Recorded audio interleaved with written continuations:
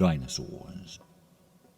For generations, these magnificent and towering creatures have captured the hearts and imaginations of children and adults alike. Join me as we draw the king of all dinosaurs, the Tyrannosaurus Rex, today on Vader Draws.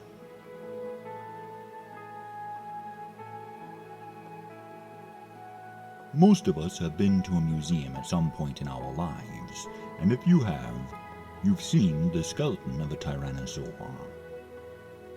Knowing how to properly illustrate the skull, the bones of the neck, the spine, and the rest of the skeleton will give more authenticity to your drawing. Even a basic understanding of anatomy is very important, particularly if you want to draw your dinosaur in motion. Keeping in mind how the bones and muscles move beneath the skin will give greater realism to your artwork. While there are many ways to ensure your drawing is properly proportioned, today we will learn the building block method. We begin with basic shapes. To draw the head, lightly sketch a rectangle. Split it in two, and place triangles on either side. Now, draw a larger triangle at an angle. This will represent the neck. Right next to the triangle, we have another large rectangular shape, forming the rib cage of our Tyrannosaur. Now draw a long, thin triangle coming out the back. This will represent the tail. Continuing with our basic shapes to complete the legs and feet, it is important to remember to draw lightly at this stage. As I said earlier, the purpose for these simple shapes is to ensure each part of the body is properly proportioned before spending hours rendering the final details. Having one leg bent in a walking position will give greater life and visual interest to your drawing. Now this simple shape here, you can think of it like a man wearing a cowboy hat. This represents the breastbone of the dinosaur. And with a soft circle, we will indicate the rib cage. Underneath our little cowboy hat here, we will lightly indicate where the arms will be. Now, it's time to start adding greater detail to the skull. What we will be drawing here is this hollow part around the eye. If you've seen a dinosaur skull, you'll know that it looks sort of like a sloppy letter B. We'll use the same shape for his ear canal. Now the hollow by his nose, and the nostril itself. Using curved lines, we can begin to outline the shape of the dinosaur's upper jaw and head. With the top of the head complete, it's time to move on to the lower jaw. To find the proportions for the lower jaw, draw a triangle from the tip of the nose to the point where the jaw will hinge from. This way, we can know exactly how long the lower jaw needs to be. Begin with a circle and draw a slight hooking shape, ending where your triangle ends. And that is how you will get the basic shape for the T-Rex's lower jaw. With our building blocks in place, it is now time to start fleshing out our drawing. As you can see here, the bony ridge of his nose and eye is shaped like a sloppy letter M, proving once again that if you can write, you can draw. It just takes a little extra practice. If you'll notice, the nose hooks up drastically right above the nostril before arching down into the front of the jaw. The curve of the upper jawline swoops upward just before you reach the eyes, and then curves back down just beneath the eyes. This will give the jaw its signature shape. Once again, referring back to our anatomy chart, it is always important to keep these basic muscle groups in mind. That way, we can know where to add all the essential details. We will indicate the muscles of the lower jaw with this oval shape here, before moving on to the rest of the body. To give our Tyrannosaur a large, powerful neck, first, draw the muscles on the side of the neck. Then, indicate the windpipe, and finally, add the large muscles in the back of the neck that connect into the shoulders. Start adding the pectoral muscles for the chest. To give our dinosaur its large, powerful thighs, we're going to use our triangular building block as a base by squeezing 3 rounded triangles together with a large circle to represent the kneecap. Tyrannosaur feet can be very difficult to draw, but here is where knowing your anatomy will come in handy. By analyzing the skeleton, they become much easier to draw when you think of them in small segments. Begin by drawing 3 small circles. This will represent the knuckles of the toes. Draw a series of lines coming from your knuckle joints, and then draw 3 more circles at the end of each toe. This is where the claws will grow from. We'll add more details later, but this is just to get the basic shape. The easiest way to draw T-Rex arms is to think of them like little Ninja Turtle arms. Begin by drawing the deltoid, or shoulder muscle. Move along to the bicep, tricep, and forearms, ending in a 2-fingered hand.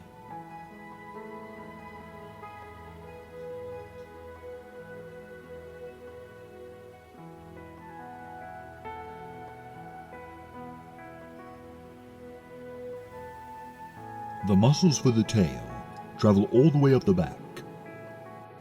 Sweeping down, we end the tail at the base of the legs, making sure it properly aligns with the bottom of the stomach. We're going to begin adding the finishing touches to our dinosaur here. You could ink this very simply, but we're going to give Darth Tyrannus here a few extra details. First, we're going to draw the scaly ridges around his nose and eye. To achieve this, I will begin placing small dots to represent the smaller scales at the base of his nose. As we move further along, you will notice they get larger and larger, becoming little C-shapes or irregular circles that connect to one another. The important thing here is to make sure they are not a uniform size. Varying the size and shape of your scales on the ridge of the nose will make it feel more like the irregularity of a true scale pattern. We want to give our dinosaur some character, so it's important to put some wrinkles around his eyes so he looks like he's been around the block a few times. To give further depth to the eyes, I like to shade them in. You can do this during the coloring process or with some light angled lines. We're moving on to the edge of the nose, and if you'll notice, it is not a smooth surface due to the ridging along the tip of the nose. Not only will adding these ridged details give your dinosaurs a more detailed appearance, it's a great way to give character to a specific dinosaur to help distinguish them in a group.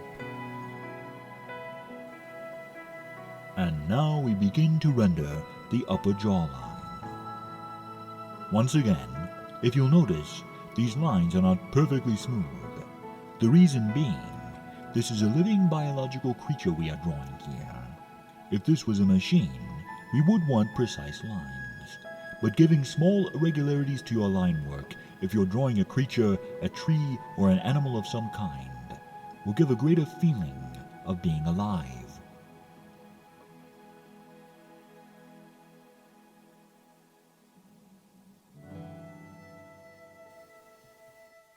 Moving right along, it's time to start indicating the muscles of the lower jaw. Remember our musculature. This large muscle here is so our T-Rex can chomp down on a nice, tasty Triceratops. To draw the wrinkles on the T-Rex's neck, if you'll notice, I'm drawing a broken line and then a long curved line. This develops an irregular pattern that will give your dinosaur a feeling of age. If you need inspiration, just look at a Komodo dragon, or perhaps your grandma. A T-Rex isn't much without his teeth, and it's important to remember they vary in size. Begin by drawing your teeth small at the tip of the snout, longer during the widest part of his snout, and back to small towards the back of his mouth.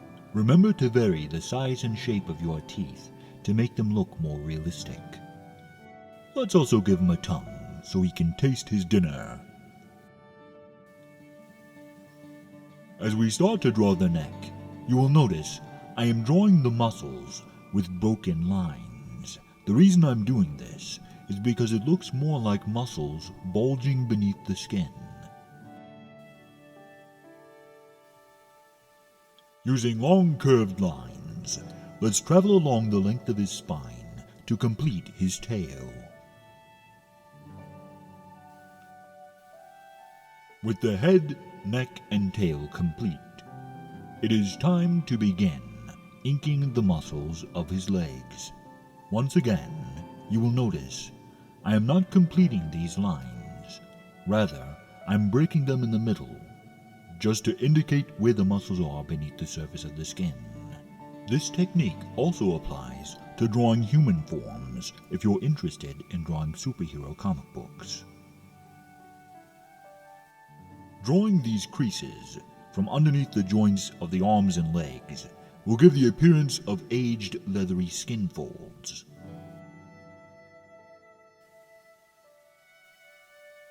Now, let's begin drawing the details of the scales on his feet.